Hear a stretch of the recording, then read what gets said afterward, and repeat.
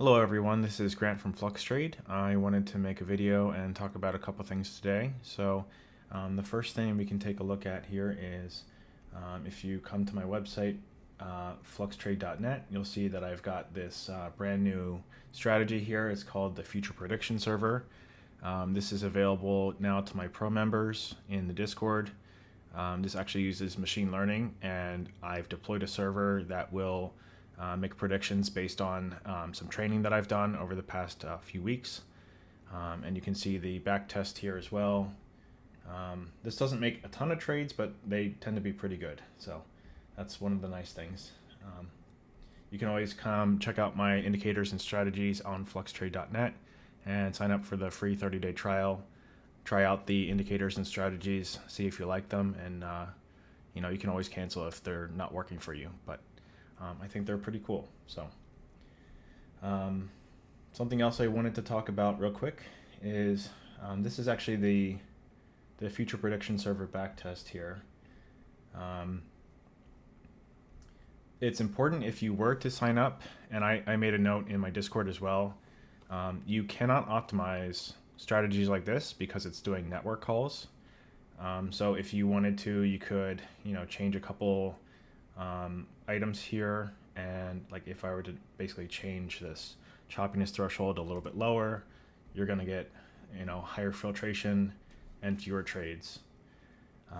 Something else to note here is there are only two settings for the environment and server type. There's one for each. For this one specifically that will work. So the environment always has to be production, which you see in this drop down, and then the server type is frequent.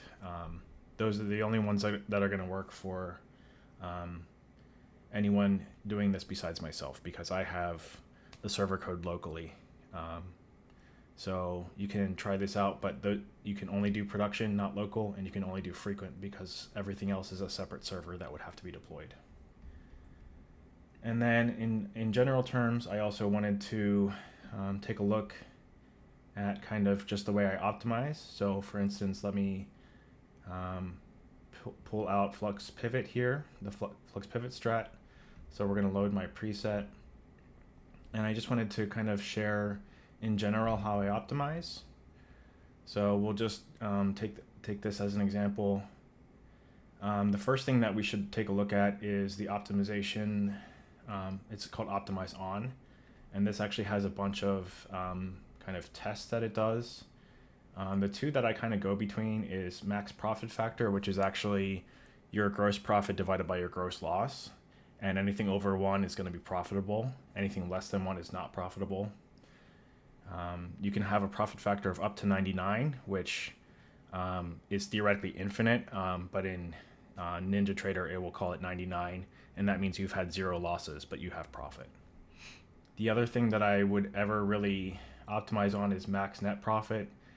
That's conditional based on kind of what my goal is for that specific property that I'm optimizing.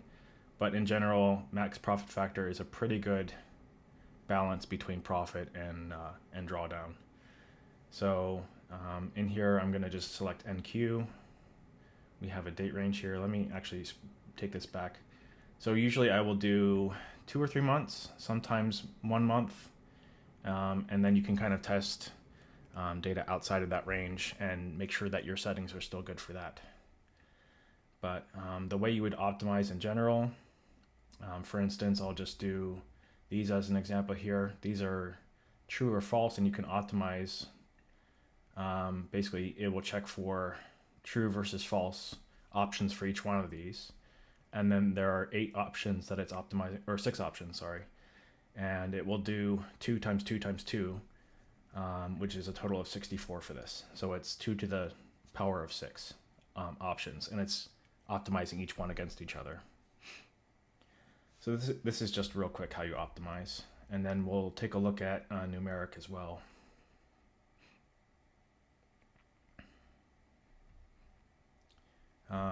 The only thing you can't do with the new strategy, Future Prediction Server, is you can't do optimizations, but you can backtest. So basically what you would do is backtest some properties, make a couple tweaks, and backtest that again. But because it's doing network calls, you actually can't optimize it. It fails. It like, hangs the computer. Oh, so that's actually a really good optimization there. Making $27,000 with a very small drawdown. And then for your options, you can see here, I can't move the mouse, but towards the lower part of this little pop-up, you see everything is false except for trade during uptrend high volatility. So you would then come and take the optimized versions based on what you decide is the most appropriate. And you have all these other options here that you can choose from. But usually the top one is the most optimal one. You can also then sort by like net profit and kind of get the best balance for what your goal is.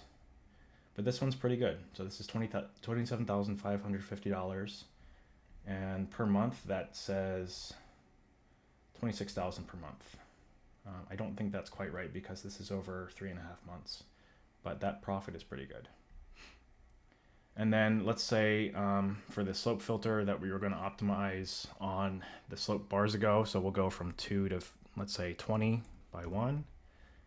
So this is the minimum that you would like to test, the maximum that you would like to test, and then the step between them. So I'm going from 2 to 20 by 1 bar, and it will make all those iterations in between. And then these are separated by, I don't know if you can see this, but semicolons. So you can run this, and then it will show, you see here there's a 4. That is the optimal choice. And when this finishes, it would also put the optimal choice right there as well. So we have, it landed on 4 again. So then you can come here and set that again. So 4, semicolon 4, and by 1. And that will basically just be the default that you can set in your template. The templates are down here. These are portable, so you can make a backup of your templates, or you can import other people's templates. These are strategy templates. So in here you can save and load. So if I were to save on top of this, just save my settings, and then it'll say, do you want to overwrite? You can have a ton of templates in here, so you can just save new ones, and then as you iterate and optimize, you can save new settings kind of iteratively.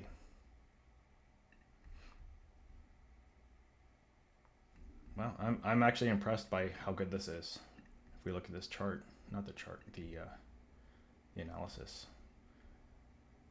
Oh, that's actually only making two winning trades and 1 losing trade. That's interesting. But those are very big trades.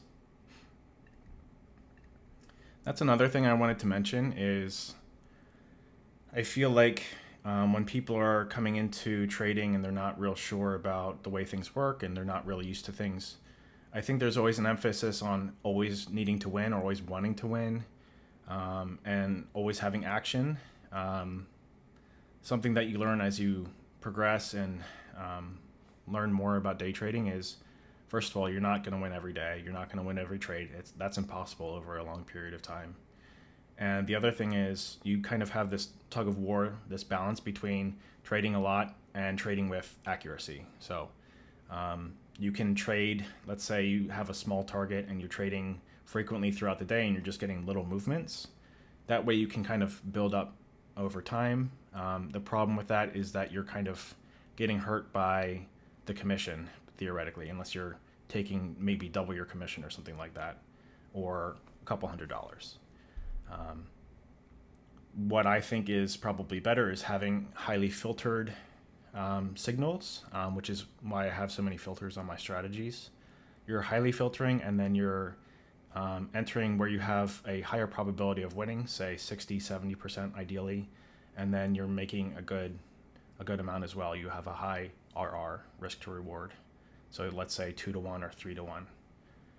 That's kind of your best situation, I think, is those high probability trades that are filtered, but you're going to have less action. And, I don't think trading should be exciting. I think it should be fulfilling if you're coming out with a profitable day, but it's also important to learn, what did I do today? Was it following my plan and things like that? And,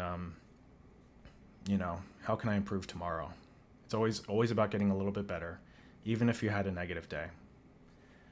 So that was it. Thank you very much for watching. I should be making more videos like this and kind of doing sort of deep dives.